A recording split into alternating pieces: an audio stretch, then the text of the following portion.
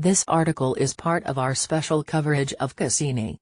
Listen to one of the interviews Science Friday conducted with the Cassini team and marvel at the astounding images the orbiter took of Saturn and its moons. The early morning sky was still a shade of dark plum when Linda Spilker and her family staked out a viewing spot of the launch pad at Cape Canaveral Air Force Station in Florida. The Cassini orbiter was prepared for its journey to Saturn. There were 3 prior attempts to launch, until at 4:43 a.m. EDT on October 15, 1997, Cassini's rocket started to slowly lift off the ground. As the rocket soared up into a cloud, it brightened and the crowd gasped. People were wondering, okay, did the rocket explode? What happened? Recalls Spilker, Cassini's project scientist who has worked on the mission since its inception in 1988. Then a few seconds later, Cassini came out of the top of the cloud, and we were on our way to Saturn. Like a sailing ship, Cassini cast off into the vast sea of space, Spilker says. The NASA spacecraft successfully entered Saturn's orbit in 2004. Over the decades, it has beamed back hundreds of gigabytes of scientific data, captured stunning images, and provided strong hints that some of Saturn's moons, like Titan and Enceladus, may have the potential to support life. It's a beautiful, big robot, Jeff Kusi, a scientist of rings and dust at NASA Ames Research Center, told Science Friday back in 2004 when Cassini first arrived at Saturn. The hundreds of engineers here who have worked on this thing and made it function, and navigation and everything else, it's terrific teamwork. On September 15, the nearly 20-year mission will come to a fiery end. Planetary scientists, researchers, and engineers will bid farewell to Cassini as it plummets into Saturn, preventing Earth microbes from confusing any future search for life on the pristine moons. But the beautiful, big robot not only gave glimpses of our neighboring planets and explored uncharted pockets of our solar system, it created a family of scientists and engineers. It's really a second family, says Earl Mays, who started working on Cassini around 1992 and is now project manager for the mission. We go out to eat together. A lot of time, we spend weekends and evenings together because of the asynchronous nature of operations.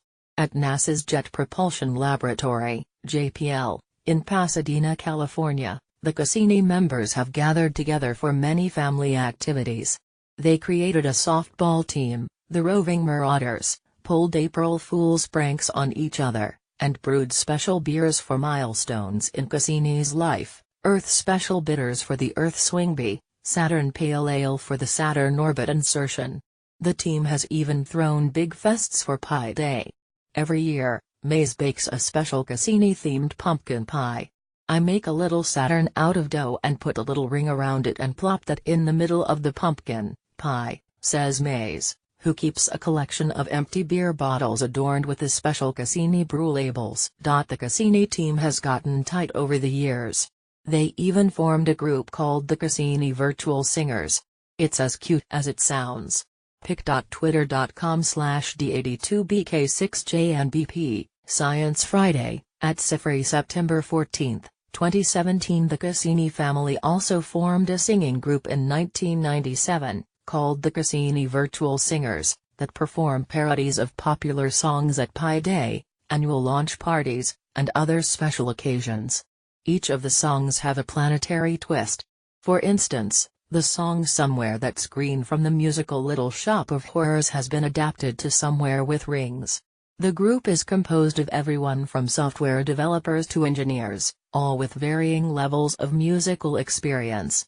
We have some people who are absolutely fantastic musicians, and then we have people who have no singing ability. That would be me, joked Trina Ray, a senior member of the technical staff on the Cassini mission at JPL. Over long missions like Cassini, it's common for the scientists to naturally grow close to each other.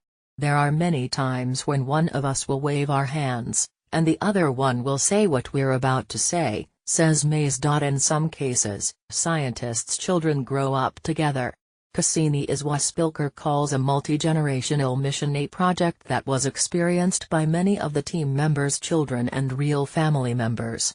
Maze's daughter grew up with Cassini and often visited JPL, while Spilker remembers bringing one of her daughters to the lab for a Take Your Daughter to Work day.